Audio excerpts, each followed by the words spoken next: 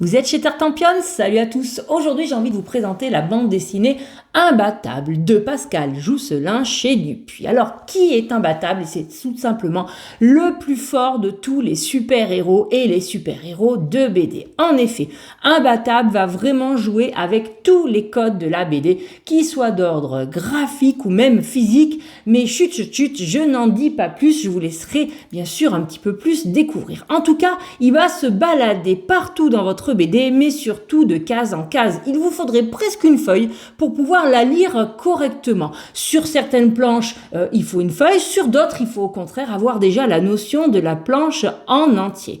Moi, la planche qui m'a fait découvrir cette bande dessinée, eh bien, c'est tout simplement celle-ci, avec cette petite mamie qui a un problème et son chat coincé. Eh bien, Imbattable est là pour la sauver. Alors, on critique les réseaux sociaux, mais moi, si j'étais pas tombée dessus, je n'aurais peut-être pas découvert cette BD que j'affectionne tout particulièrement. Alors Imbattable, on n'est jamais un héros tout seul et du coup il est entouré d'une fine équipe qui le lui rendent bien et surtout qui ont besoin de lui, notamment les policiers, même si sa façon d'arriver parfois à l'improviste les fait toujours un petit peu sursauter. Il rencontrera des jeunes adolescents avec leur propre talent de super-héros qu'il faudra apprendre à canaliser. Et comme il y a un super-héros, il y a forcément des gros méchants qui sont prêts à l'embêter et que vous allez retrouver de tome en tome avec chacun, eux aussi, leur particularité et leur niveau de méchanceté. Mais Imbattable est aussi un bon voisin et il sait s'occuper et jardiner. Le tome 1 a été une vraie claque pour moi.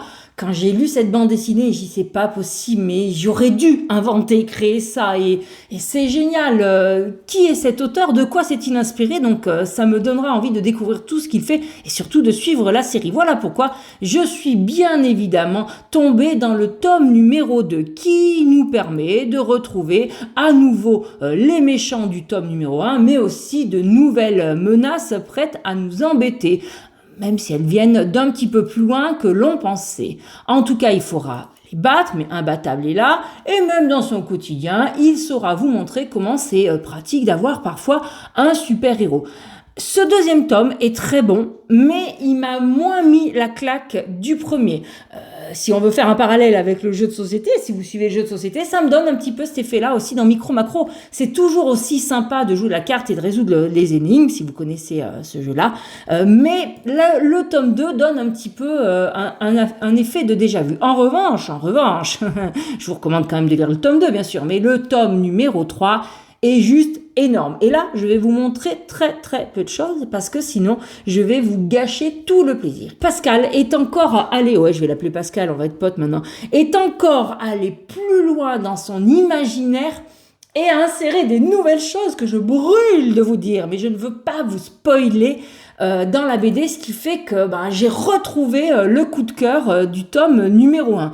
Donc au final, eh bien, je relis les 3 tomes régulièrement et même si je connais déjà tous les trucs et les astuces, eh bien, c'est toujours un plaisir de les revoir un petit peu comme nos bonnes vieilles bandes dessinées de Gaston Lagaffe, Co, que l'on relit toujours avec plaisir, même si on connaît les gags qui rendent dingue Fantasio et ses collègues. En tout cas, dans Imbattable, vous inquiétez pas, c'est vraiment pour tout public. Et à la fin, eh bien, on finit toujours par une petite danse de la joie. Tout est bien, qui finit bien. Grâce à qui?